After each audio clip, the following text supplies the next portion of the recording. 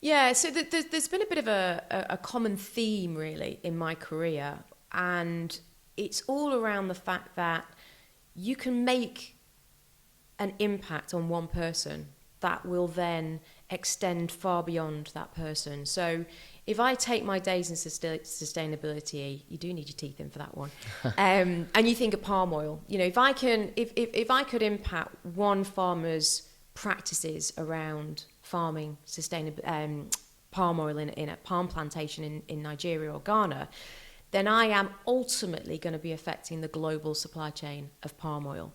And for me, well-being is exactly the same, which is why my business is called Ripple&Co. Because if you can impact positively one person's well-being or impact the way they behave and therefore how they will affect someone else's well-being, we're going to see a ripple impact. And we're going to see that ripple impact both within the workplace, but of course, we'll also see it within families. Yeah. We'll see it within communities, society. So for me, it is about that individual impact rippling out to create, ideally, transformations across whole systems within workplaces and far, far beyond. So that was a really big motivator for me. And because I very much do have a commercial head on my shoulders, it was about, well, actually, what role does work play in this? And we do know that employment, being in work, is a very significant driver of life satisfaction and well-being. There's nothing worse for our well-being than actually being redundant. So ideally we want people in work. It gives us all sorts of structure, financial security, connections with relationships within work, and purpose, all sorts of amazing things.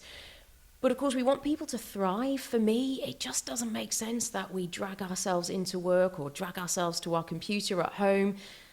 And it isn't, my ambition would be is that when I work with my clients, that I create a workplace with them, support them to create an environment where people come to work and by the time they leave, they feel better than when they arrived. What an amazing objective for an employer.